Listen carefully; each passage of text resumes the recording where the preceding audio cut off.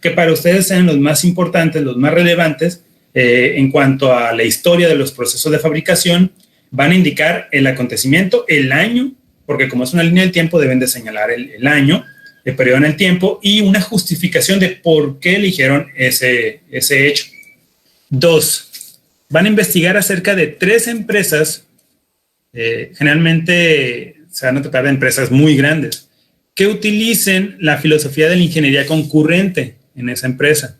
Y van a tratar de buscar alguna evidencia de que ellos muestren que utilizan ingeniería concurrente, ya sea en una página, un link de alguna página de internet, ¿sí? O si vieron algún spot, un comercial, lo que sea, algo que les dé una evidencia de que utilizan ingeniería concurrente.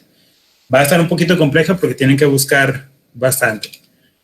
Siguiente, van a buscar una definición distinta a la que vimos en clase de ingeniería concurrente.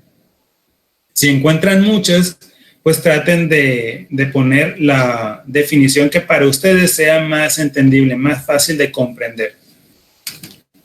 Y última tarea, realizarán un glosario. Creo que les mencioné esto en la clase anterior. De todos los términos que hemos estado hablando en esta unidad 1, van a tratar de rescatar 10 y buscar su significado. Ya sea en libros especializados en el área o que busquen en RAE, en alguna enciclopedia, en fin. 10 términos que a ustedes les parezcan interesantes de conocer, de profundizar un poco más y poner obviamente el significado, ¿sí?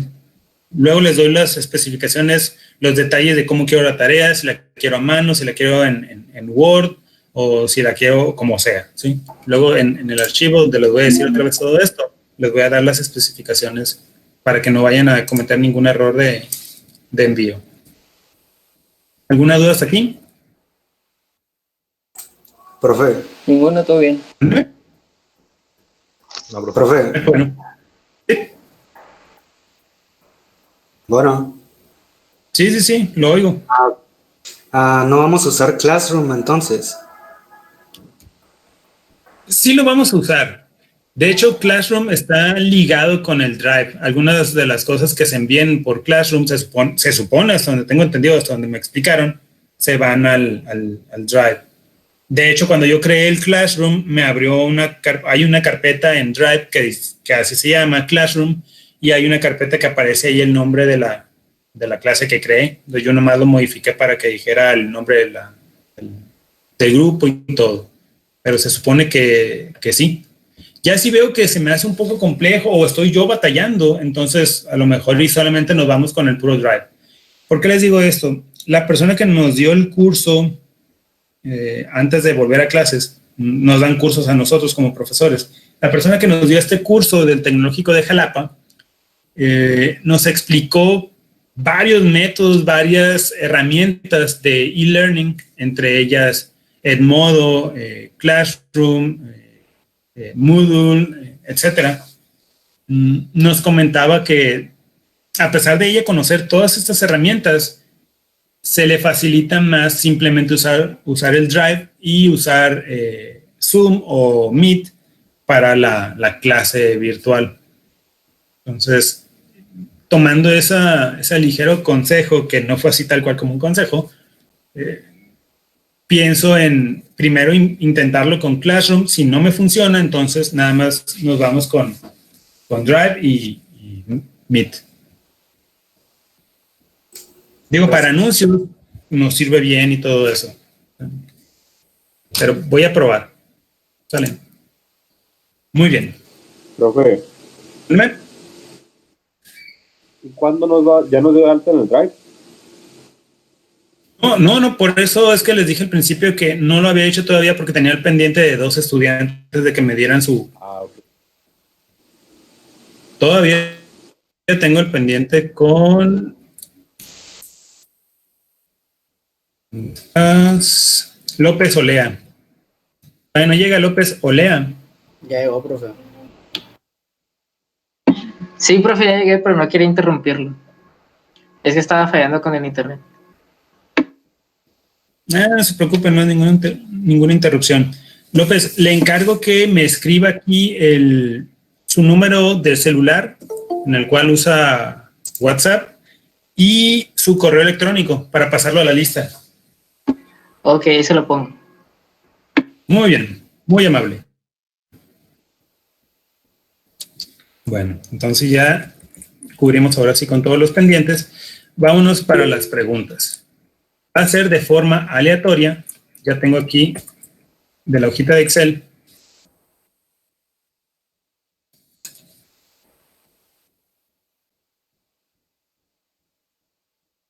Que tiene la ingeniería concurrente al momento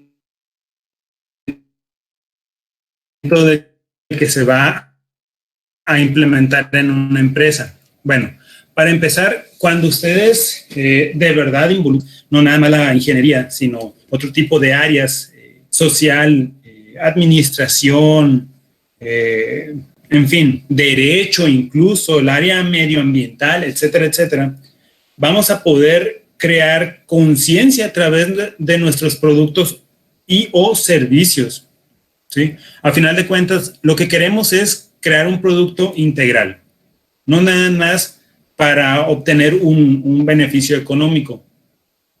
Nuestros objetivos, si es que ustedes se vuelven empresarios más adelante, es ir más allá de simplemente satisfacer una simple necesidad. Cada vez estamos implementando más este tipo de conciencia ecológica, de conciencia hacia el ámbito social. Entonces, uno de esos aspectos es, por ejemplo, si creamos un producto, tratar de ver cómo pudiera volver a nosotros ese producto una vez que ya nos sirva. Eso sería muy importante si la industria, tanto aeronáutica, aeroespacial, automotriz, etcétera, pudieran recuperar esos productos una vez que se vuelvan obsoletos, para que de ahí se pueda realizar una separación de materiales y reutilizar algunos de ellos. Se ahorraría muchísimo, pero muchísimo dinero, ¿sí? Imagínense que dijeran que Ford realice este tipo de tareas. Cuando ustedes quieran comprar un auto, tal vez nada más por ese simple hecho de que Ford recopila los autos viejos para reprocesarlos, tal vez eso sea algo que ustedes puedan considerar al momento de comprar un auto. Es decir, si yo compro un Ford, yo sé que este va a contaminar menos al planeta. Entonces, me voy por ese aspecto. Si estuviera empatado con Mazda o con GMC o con cualquier otra marca automotriz. Entonces, esto de verdad que ayuda al momento de generar aceptación en los productos y servicios. Muy bien. Por último, un ejemplo muy sencillo. En el ámbito automotriz hay una empresa, no se menciona cuál en la literatura, pero una empresa que se dedica a fabricar motores, es decir, el ramo automotriz, redujo mediante la ingeniería concurrente, redujo un 30% en el número de componentes de un motor. Es decir, 30% menos piezas componen a ese motor. En la reducción de piezas se logró también una reducción en el peso de un cuarto, del 25%, ¿sí? Y con la reducción de piezas y la reducción del peso, también se redujo el tiempo para poder armar ese motor en un 50%. Fíjense, ahora requieres menos materia porque redujiste el número de partes. Tienes menos peso porque redujiste el número de partes. Y te lleva ahora la mitad de tiempo que antes te llevaba a armar el motor. Por lo tanto, cuando ahora armas dos motores, antes armabas un solo motor. Duplicaste tu producción en el tiempo normal de trabajo. Así de importante es la ingeniería concurrente, en un caso muy específico. Y por último, para terminar la clase y la unidad 1, vámonos al último subtema, categoría de los procesos de fabricación, donde veremos cómo se clasifican. Les traigo dos clasificaciones de dos autores distintos. La primera, del autor Michael P. Gruber, del libro Fundamentos de Manufactura Moderna. Él creó este diagrama para poder entender cómo se clasifican los procesos de manufactura y los divide en dos grandes grupos. Uno, operaciones de procesamiento, donde vamos a transformar la materia. Tenemos tres grupos: los procesos de formado, de espacio formado, no es una sola palabra, no es deformado. Procesos de espacio formado, procesos de mejora de propiedades y operaciones de procesamiento de superficies. Si se fijan, básicamente son los tres aspectos que mencionó Rangel. En las operaciones o procesos de formado, tenemos aquellos que le van a dar forma a un material, como la fundición, el moldeado, etc. ¿Sí? Fundición en metales, moldeado en metales, también en polímeros. 2, procesamiento de partículas, principalmente de partículas metálicas y en algunos casos partículas cerámicas. Aquí entra la metalurgia de polvos, por ejemplo, el tema extra que les voy a dar. Siguiente, procesos ahora sí de deformación. Este proceso de deformación es donde vamos a modificar la forma. Lo podemos doblar, por ejemplo, ¿sí? Pero no es en sí como en los primeros dos procesos. ¿Por qué? Porque en los primeros dos vamos a cambiar un poco la estructura del material mediante una transformación de sólido a líquido, como en la fundición o en el moldeo de plástico.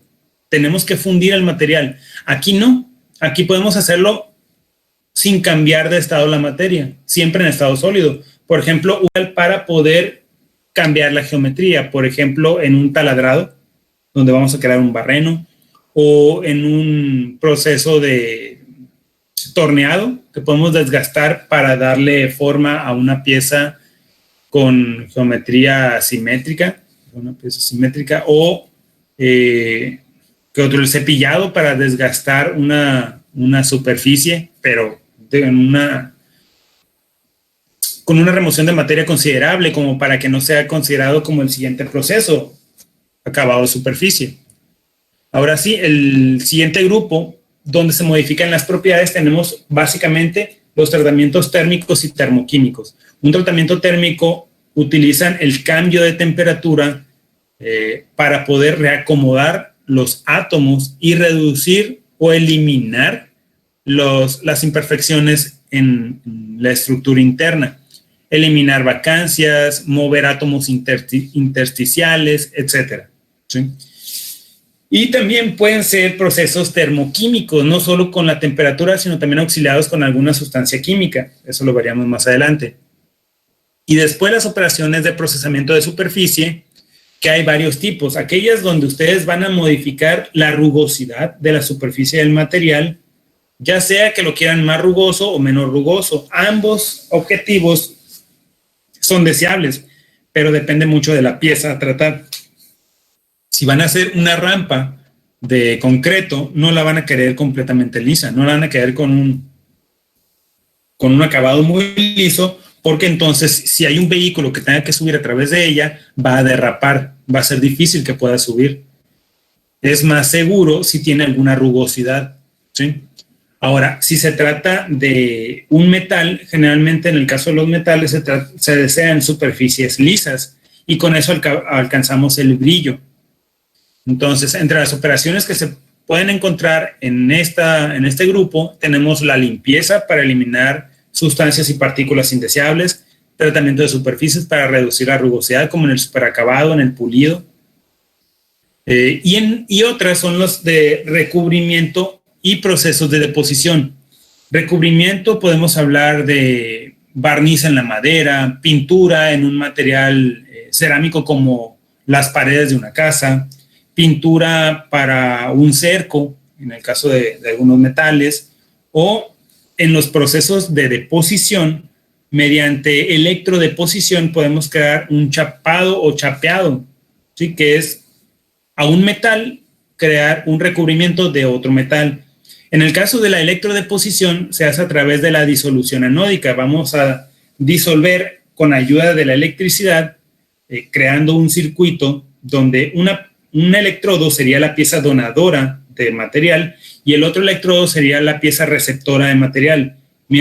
Mediante un circuito eléctrico a través de un fluido electrolítico, es decir, electroconductor, se va a desprender materia de uno y como hay diferencia de cargas entre estos dos electrodos, la materia que se desprende de uno se adhiere en el otro electrodo. como estamos auxiliándonos del electrolito y de un flujo de corriente, el espesor de este recubrimiento es homogéneo. Esas son las ventajas.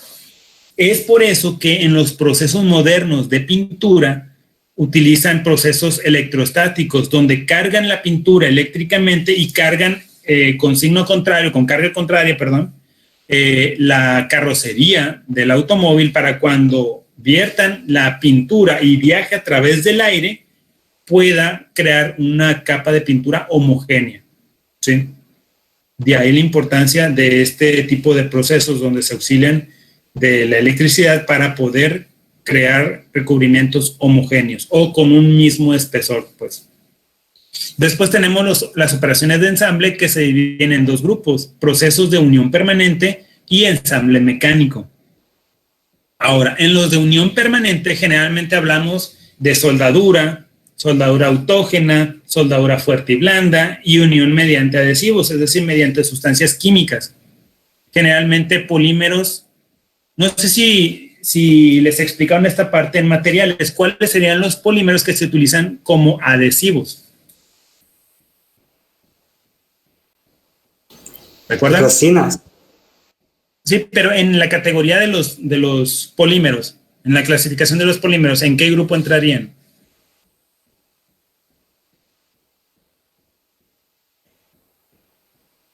Generalmente el término resina se refiere a un polímero disuelto, es decir, en estado líquido. Pero no me dice qué grupo es.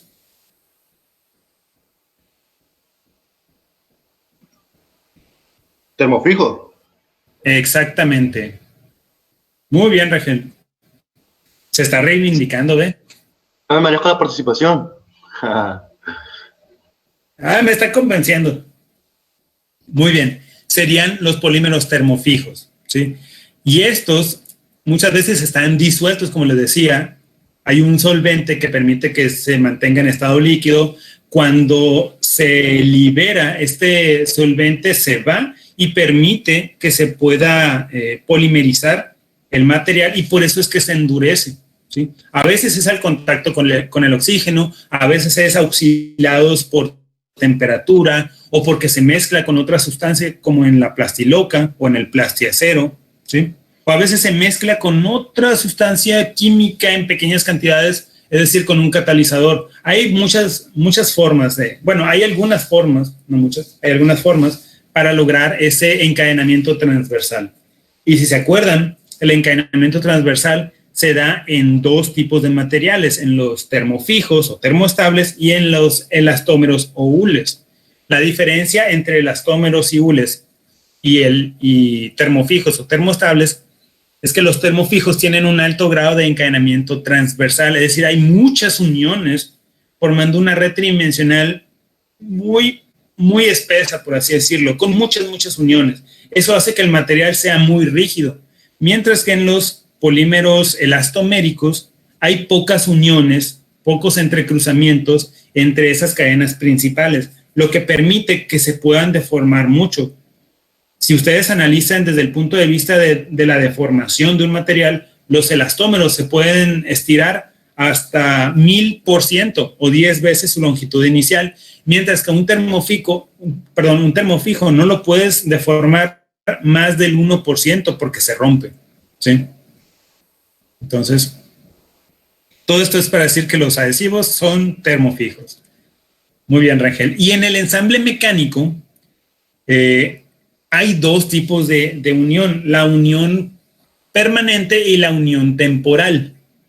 En el caso de los sujetadores roscados, tornillos, tuercas, también están involucradas las arandelas o las guasas, como quieran llamarle. También estamos considerando ¿qué otros elementos temporales hay de unión? Abrazaderas, en fin, hay algunos elementos mecánicos que solamente sujetan no permanentemente. Por ejemplo, las ruedas de un automóvil. Sabemos que las llantas se desgastan y tarde o temprano vamos a tener que cambiarlas. Si fuera manufactura europea en tiempos de la primera revolución industrial, se gastan las llantas y agarras el auto y lo tiras a la basura y te compras otro nuevo, porque ya no tiene llantas, ya se gastaron, entonces ya no te sirve. Sabemos que podemos quitarlas. ¿Cómo las quitamos? Vamos a quitar los birlos, que son básicamente tornillos. Son tornillos. Entonces, quitas los tornillos, permiten extraer la llanta, colocas una nueva, obviamente ya montada en el rin, y los vuelves a ajustar esos tornillos y ya puedes seguir funcionando tu automóvil. No podríamos soldarlos, porque la soldadura sería una unión permanente, tendrías que romper el rin, ¿sí? Entonces necesitamos ciertos elementos temporales que puedan sujetar una pieza, pero temporalmente. Igual que en una batería de automóvil cuando se desgasta, quitas unas abrazaderas y te permiten extraer la batería para colocar una nueva. A eso se refiere en el ensamble mecánico con los sujetadores. Ahora, los métodos de unión permanente, porque también los hay, pueden ser los remaches. Por ejemplo, en un pantalón de mezclilla, unos jeans, tienen ciertas piezas metálicas que son remaches donde se une donde se traslapan dos segmentos de la tela y generalmente donde están las bolsas. Y esto es para que no se separen nunca. Entonces, ese elemento metálico permite una unión permanente. La idea no es quitarlo porque vas a cambiar de bolsillo, no. ¿Sí?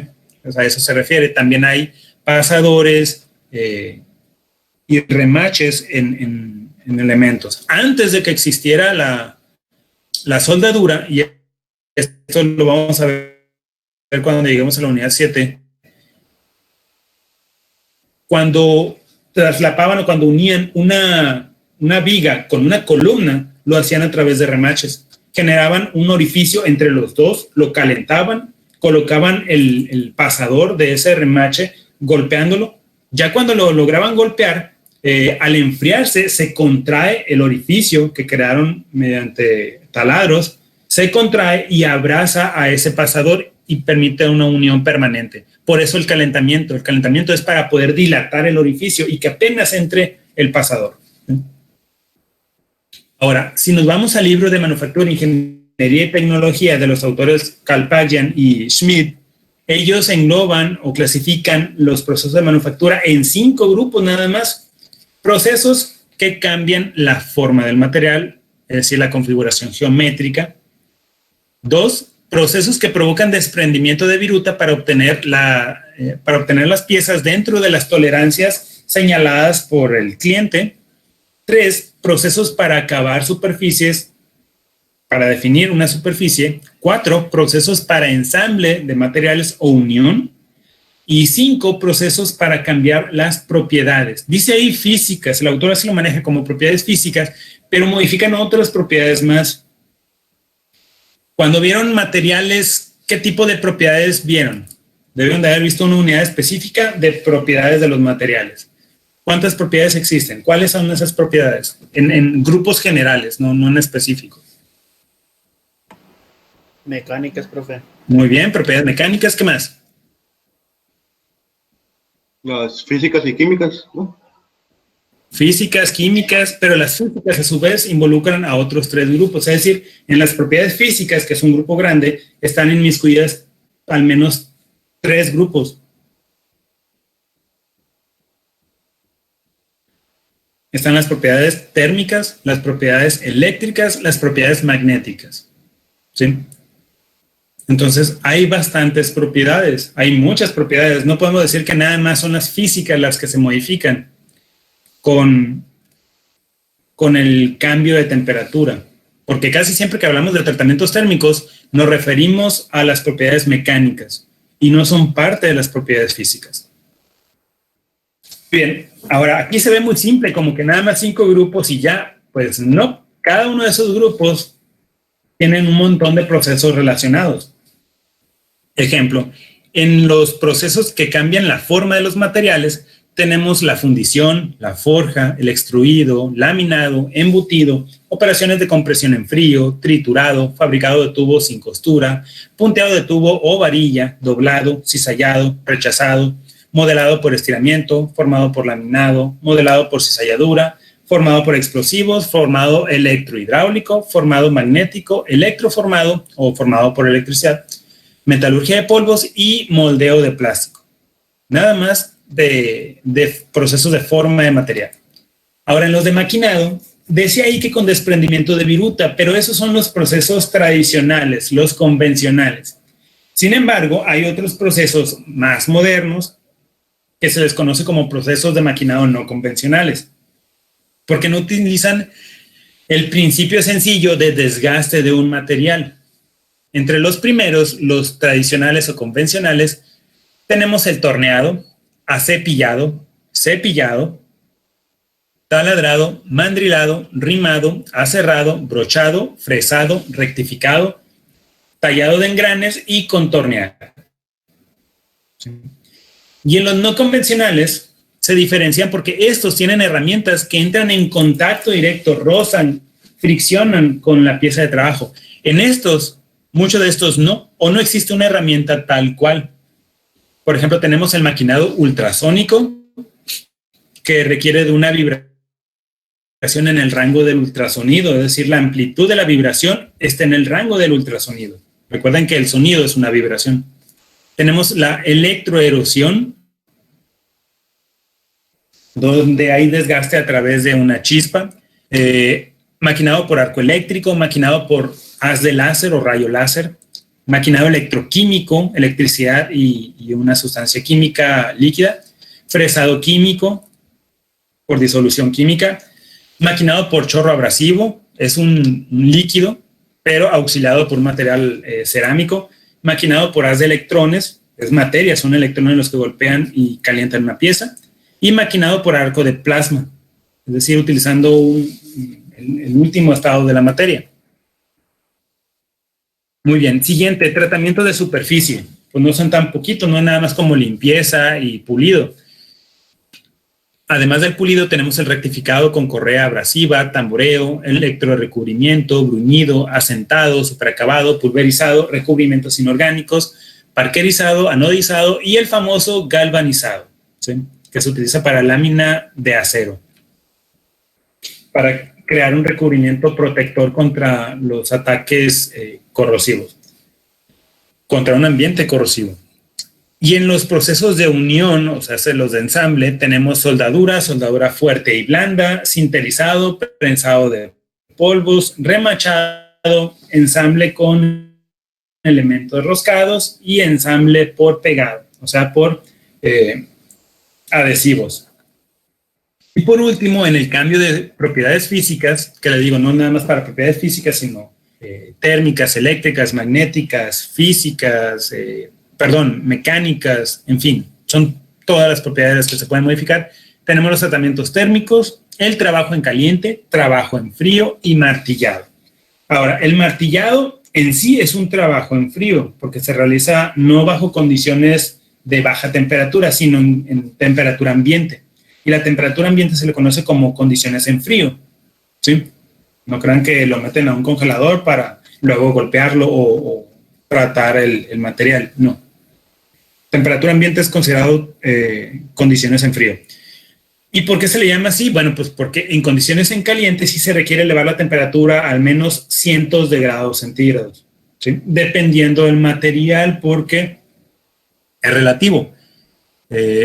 A 400 grados centígrados, 500 grados centígrados se le puede dar un tratamiento térmico al acero, al aluminio y a otros materiales, pero a 400 grados centígrados ya hiciste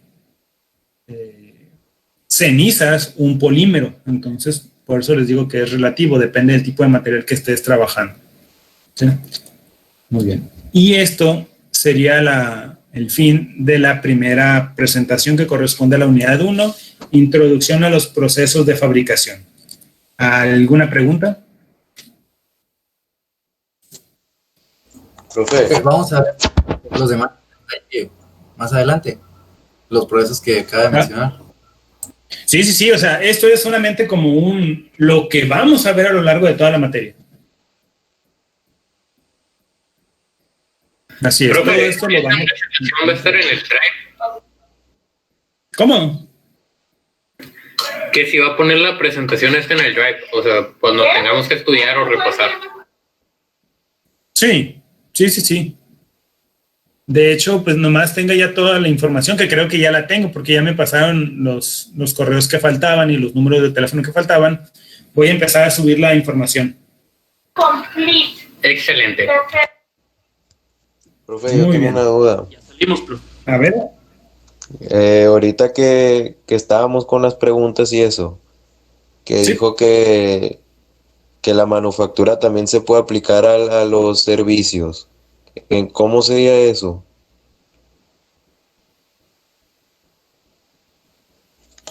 Ok.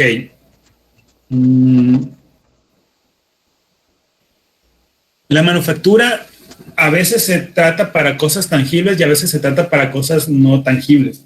Es decir, el término manufactura ya no significa nada más porque, si se fijan o si recuerdan, el término manufactura se supone que significa hecho con las manos. Entonces, como ya ahorita utilizamos máquinas, ya no cumple con el término de manufactura.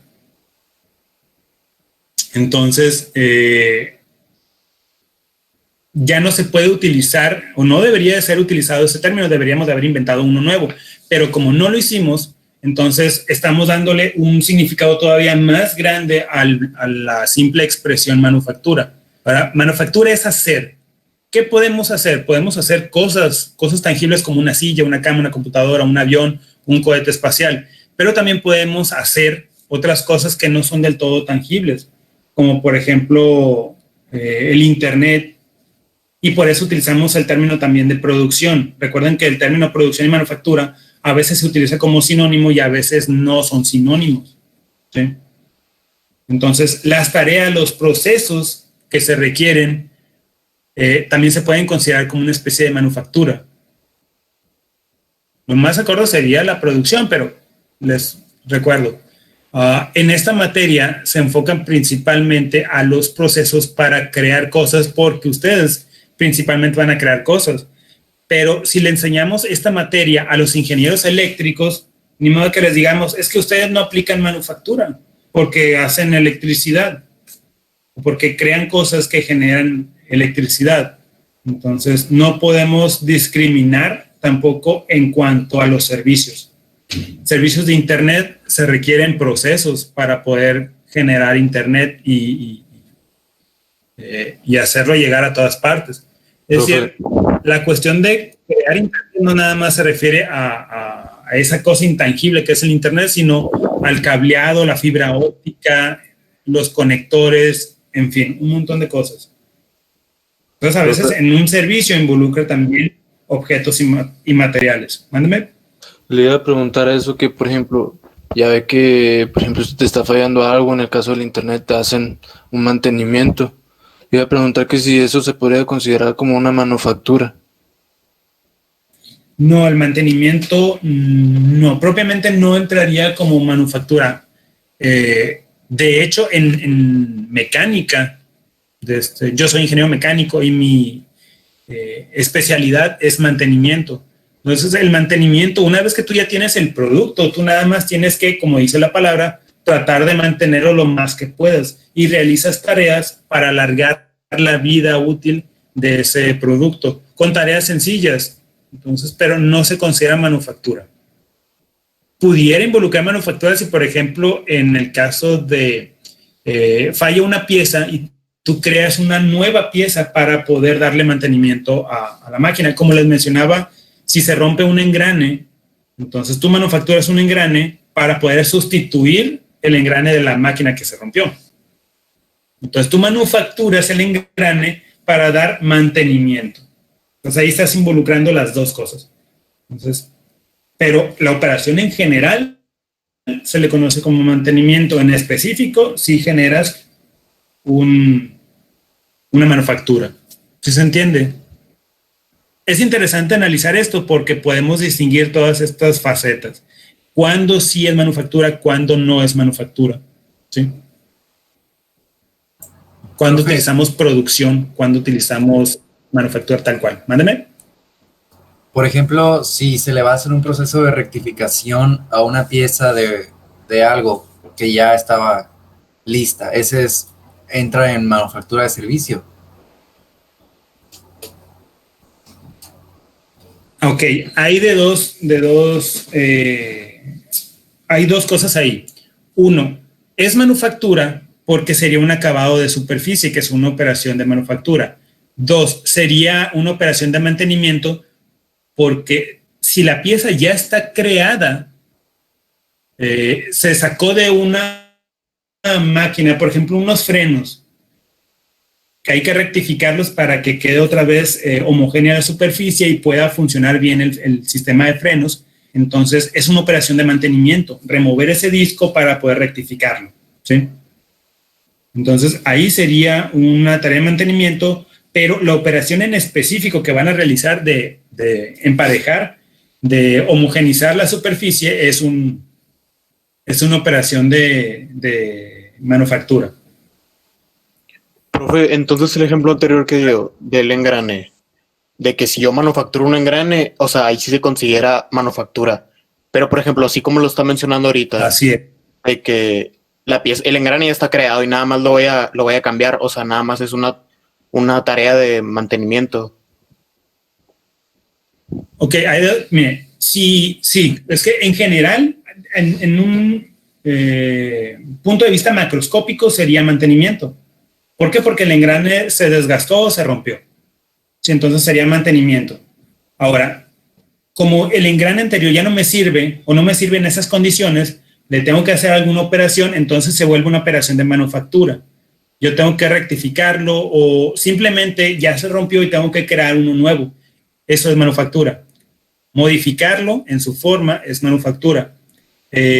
Pintarlo incluso es manufactura, porque es un acabado de superficie, es un recubrimiento que le vamos a dar. Entonces, esas son tareas específicas de manufactura, pero la tarea general, la principal, es de mantenimiento, ¿sí? Por eso para la gente de mantenimiento no lo va a considerar como una operación de manufactura, porque ellos no lo ven desde ese punto de vista. Ellos tratan de mantener algo. Ellos no creen que están creando algo, no creen que están realizando un proceso de manufactura. Pero ustedes para eso tienen que aprender, por eso llevan esta materia, para que sepan que esas son pequeñas tareas de manufactura, generando un objetivo muy grande que puede ser mantenimiento o sí puede ser manufactura. A lo mejor ustedes crean una pieza de cero para una máquina que no se ha estrenado. Entonces, esa es una pequeña etapa de manufactura para un objeto más grande que también es algo de manufactura, ¿sí? Por ejemplo, antes de que se nos acabe el tiempo, porque quedan 2 minutos, en Magna cortan lámina y le dan la forma de un cofre, por ejemplo. Entonces, ellos manufacturan el cofre y se lo dan a Ford. Ford, cuando agarra ese cofre que ya está hecho, pues en realidad el cofre no le está haciendo a lo mejor nada, pero cuando lo arma y lo coloca en el automóvil, también se le conoce como manufactura, ¿sí? El taller de Ford. Le llevaron un carro que ya tenía mucho tiempo sin darle mantenimiento y tienen que cambiarle los frenos. El simple hecho de agarrar un freno nuevo y armar el nuevo sistema de frenos, que involucra muchas otras cosas, no nada más los discos, ya es manufactura, porque es una operación de ensamble. Y aquí dice que la manufactura es tareas que transforman la materia o unir piezas, también se considera manufactura. Por eso es un concepto integral, no es nada más una simple cosita. Tienen que verlo a pequeña escala y a gran escala. ¿Sí se entiende? Sí, profe. Sí.